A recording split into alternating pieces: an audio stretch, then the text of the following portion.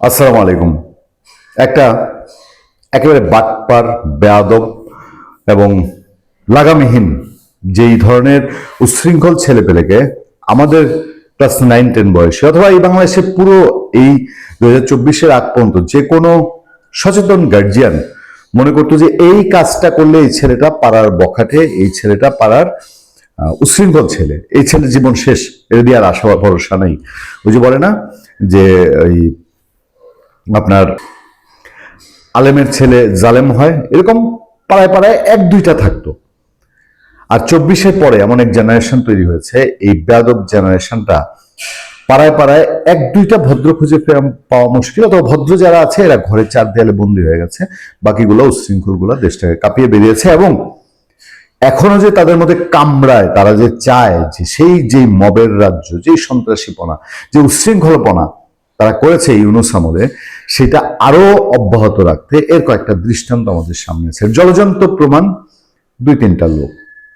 এই দুই তিনটা লোক আপনাদের রাজশাহী বিশ্ববিদ্যালয়ের সালাউদ্দিন আম্মারের অ্যাক্টিভিটিস ফলো করেন, তাহলে আপনারা খুব ভালোভাবে বুঝতে পারবেন। আপনি যদি হাসনাত আবদুল্লাহ সার্জিসের অন্তরে লুকিয়ে থাকা ইচ্ছা মাঝে মধ্যে যে বহিঃপ্রকাশ হয়ে যায় তাদের মুখ দিয়ে, সার্জিসের ভিডিও অনেক সময় শোনা যায়, হাসনাতের কাণ্ড কারখানা দেখা যায়, এতে ক্লিয়ার হয়ে যায় যে এরা সুযোগ পেলে মবের ছোবল আবারও মারার জন্য উদ্গ্রীব হয়ে আছে।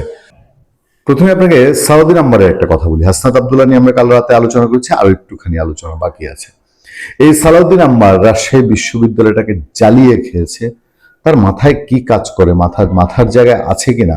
আমার কাছে এই লোকটাকে দেখলেই, ছেলেটাকে দেখলেই মনে হয় সে একটা আমি শব্দটাকে বিচ্ছিন্নতাবাদী বলবো, উগ্রপন্থী বলবো, বা অন্য কিছু বলবো, আমি জানি না, আপনারা চুজ করে দিবেন।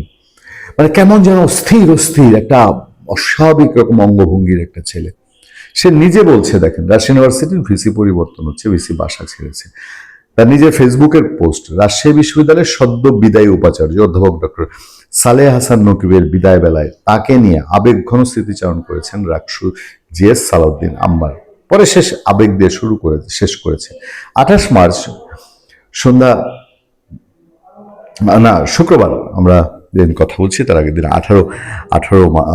19 মার্চ সন্ধ্যা 6:30টার দিকে নিজের ভেরিফাইড ফেসবুক পেজে দেয়া এক পোস্টে তিনি অকপটে স্বীকার করেন যে গত 18 মাসে বিভিন্ন কর্মকাণ্ডের মাধ্যমে তিনি বিদায়ী উপাচার্যকে বারবার বিব্রতকর পরিস্থিতিতে ফেলেছেন। সেই পোস্টে আম্মার লেখেন, প্রত্যেকবার আমার জন্য বিপদে পড়তে হয়েছে এই মানুষকে। তার সাথে যোগ করেছে। পোস্টে সালাউদ্দিন আম্মার বলেন, উপাচার্য বাসভবন ছাড়ছেন রাকসুর সদ্য বিদায়ী সভাপতি, ভিসির গেইটে যে পরিমাণ লাথি মারা হয়েছে, যত বিপদে ফেলেছি এই মানুষটারে আমি, তার জীবনের হয়তো ছাত্র নামের একটা আপদ হিসাবে আমি আছি। আমি এই 18 মাসের পুরো সময়টা সিস্টেম ব্রেকের কাজ করতে চেয়েছি। এরা প্রত্যেকটাই একটা আরেকটারে বলবে যে এই পুরনো সিস্টেম বাদ, আমরা নতুন সিস্টেম চালু করেছি আমরা। এবং সবচেয়ে বড় মিথ্যা কথাটা বলে যে 24-এর আন্দোলন হয়েছিল বাংলাদেশের এই সিস্টেম ব্রেকের জন্য, নয়া বন্দোবস্তের জন্য, যেটা ডাহা মিথ্যা কথা। এই বাংলাদেশের মানুষই জানে। এরা বলে যে এই সংবিধান ছুঁড়ে ফেলার জন্য নাকি 24-এ মানুষ প্রাণ দিয়েছে। দেশের মানুষ সাক্ষী, জীবন্ত কোটি কোটি মানুষ সাক্ষী রেখে একটা মিথ্যে প্রোপাগান্ডা ইউনূসের ক্ষমতার জোরে, তাদের একটা ইসলামী একটা বাংলাদেশের মানুষের দুর্বল চিত্তকে ব্যবহার করে সেসব কথা বলে। অনেক বেয়াদবি, রুডনেসের ভিতর দিয়েই নিজে একের পর এক রুলস ব্রেক করে পরিবর্তনের চেষ্টা করেছে। সে নিজে বলছে যে অনেক বেয়াদবি, রুডনেসের ভিতর দিয়েই নিজে একের পর এক রুলস ব্রেক করে পরিবর্তনের চেষ্টা করে। কি কচুটা পরিবর্তন হয়েছে রাজশাহী বিশ্ববিদ্যালয়ে ইউনূসের আর সালাউদ্দিন আম্মারের 19 মাসের ফেসিবাদী শাসনের সময়। প্রত্যেকবার আমার জন্য বিপদে পড়তে হয়েছে এই মানুষটাকে। তারপরে নানানভাবে সে তাকে রাজশাহী ইউনিভার্সিটির ভিসিকে সে মন গড়ানোর চেষ্টা করেছে।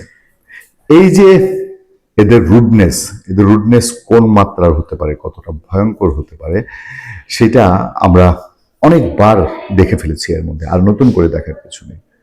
গতকাল রাতে হাসনাত আবদুল্লাহকে যে শিক্ষাটা দিয়েছেন ঢাকা বিশ্ববিদ্যালয়ের সাবেক উপাচার্য ডক্টর খালিকুজ্জামান, একদম মুখের উপর বলে দিয়েছেন যে হাসনাত, তুমি যে আওয়ামী লীগ ছাত্রলীগ ফেসিবাদের কথা বলো, আমাদের সাথে তো তুমিও ছিলা, সেই ছাত্রলীগে তুমিও ছিলা।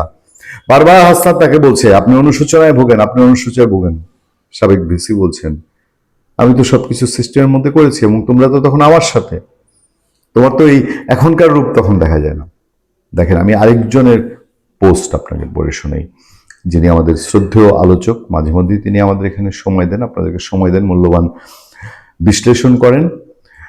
তিনি হচ্ছেন প্রবাসী সাংবাদিক, সিনিয়র সাংবাদিক স্বগত আলী সাগর। স্বগত আলী সাগর বলছেন, ঢাকা বিশ্ববিদ্যালয়ের সাবেক উপাচার্য অধ্যাপক ডক্টর মোহাম্মদ আখতারুজ্জামান আর হাসনাত আবদুল্লাহর মধ্যে আলাপচারিতার একটা ভিডিও সোশ্যাল মিডিয়ায় ঘুরে বেড়াচ্ছে। ঘটনাটা অত্যন্ত ডিস্টার্বিং এবং আপত্তিকর। হাসনাত আবদুল্লাহ কার্যত মপ করেছেন বা করার চেষ্টা করেছেন। ডক্টর ইউনূসের শাসন হলে নিশ্চিতভাবেই হাসনাতের সহযোগীরা সাবেক উপাচার্যকে নিগৃহীত করত।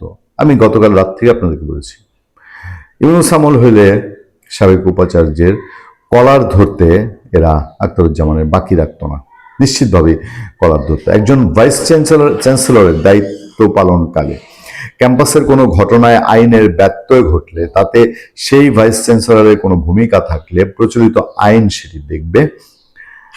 হাসনাতের সুনির্দিষ্ট কোনো অভিযোগ থাকলে তিনি আইনের কাছে যাবেন। পাবলিক প্লেসে এইভাবে তিনি জবাবদিহি চাইতে পারেন না। হাসনাত স্পষ্টতই মপ করার চেষ্টা করেছেন, বা তিনি যেটি করেছেন সেটি আসলে মবই। আমি আপনাদেরকে এর আগেও বলেছি, এবং এদেরকে রূপরেখে এরা কি তারেক রহমানকেও আস্তে আস্তে তাদের ডক্টর ইউনূসের মতন অনুকূল নেতৃত্বই ভাবা শুরু করেছে, যে একটু বাড়ি দিয়ে দিয়ে দেখি ট্রায়াল, তারপরে দুদিন পরে, 2 বছর পরে, সরকারের 2 বছর চলে গেলে পরে আবার আমরা সেই আগের ত্রাসের রাজত্ব শুরু করব। এরা আওয়ামী লীগকে নিয়ে তো সেভাবেই কথা বলছে। আওয়ামী লীগের শক্তির কাছে তারা নস্যি, কিন্তু কথাবার্তায় বলছে আওয়ামী লীগ মিছিল করলে, আওয়ামী লীগ আসলে, আওয়ামী লীগ অফিস করলে তারা সেখানে মপ করবে, এবং সরকার অনেকটা চোখ বুজে এগুলো সহ্য করে যাচ্ছে। আমি ঠিক জানি না এই সহ্য সরকার কি নিজের খাল নিজেই কাটছে কিনা কুমির আনার জন্য।